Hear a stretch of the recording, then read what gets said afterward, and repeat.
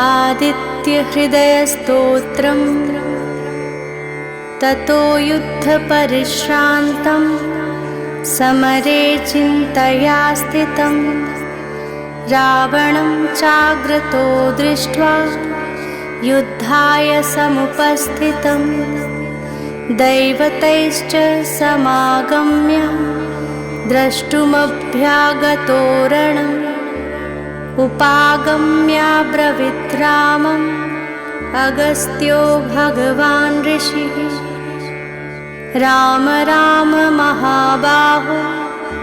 शृणु गुह्यं सनातनं येन सर्वानरीन् वत्स समरे विजयिष्यसे आदित्यहृदयं पुण्यं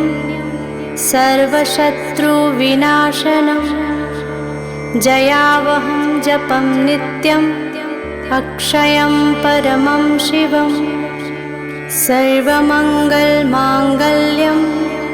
सर्वपापप्रणाशनं चिन्ताशोकप्रशमनम् आयुर्वर्धनमुत्तमं रश्मिमन्तं समुद्यन्तं देवासुरनमस्कृतं पूजयस्व विवस्वन्तं भास्करं भुवनेश्वरं सर्वदेवात्मको ह्येष तेजस्वी रश्मिभावना एष देवासुरगणां लोकान् पाति गवस्थिभिः एष ब्रह्मा च विष्णुश्च शिवः स्कन्दः प्रजापतिः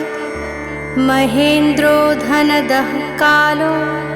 यमः सोमो ह्यपाम्पतिः पितरो वसवः साध्या अश्विनो मरुतो मनुः वायुर्वह्निः प्रजाः प्राण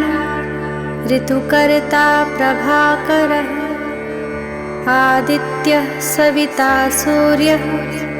खगः पूषा गभस्तिमान् सुवर्णसदृशो भानुः हिरण्यरेता दिवाकरः हरिदश्वः सहस्रार्चिः सप्तसप्ते मरीचिमान् तिमिरोन्मथनः शम्भुः त्वष्टा मार्तण्डकोशुमान् हिरण्यगर्भः शिशिरः स्तपनो हस्करो रविः अग्निगर्भोदितेः पुत्रः शङ्खः शिशिरनाशनः व्योमनाथस्तमो भेदी ऋग्यजुः सामपारगः घनवृष्टिरपां मित्रो विन्ध्यवीथिप्लवङ्गमः आत्पीमण्डली मृत्युः पिङ्गलः सर्वतापनः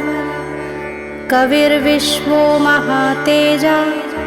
रक्तः सर्वभवोद्भवः नक्षत्रः ग्रहताराणाम् अधिपो विश्वभावनः तेजसामपि तेजस्वी द्वादशात्मन्नमोऽस्तु ते नमः पूर्वाय गिरये पश्चिमायाद्रये नमः ज्योतिर्गणानां पतये दीनाधिपतये नमः जयाय जयभद्राय हर्यश्वाय नमो नमः नमो नमः सहस्रांशो आदित्याय नमो नमः नम उग्राय वीराय सारंगाय नमो नमः नमः पद्मप्रबोधाय प्रचण्डाय नमोऽस्तु ते ब्रह्मेशानाच्युतेशाय सूर्यायादित्यवर्चसे भास्वते सर्वभक्षाय रौद्राय वपुषे नमः तमुघ्नाय हिमघ्नाय शत्रुघ्नाय मितात्मने कृतघ्नघ्नाय देवाय ज्योतिषां पतये नमः तप्तचामीकराभाय हरये विश्वकर्मणे नमस्तमोभिनिघ्नाय रुचये लोकसाक्षिणे नाशयत्येष वैभूतं तमेष सृजति प्रभुः पायत्येष तपत्येष वर्षत्येष गभस्तिभिः एष सप्तेषु जागर्ति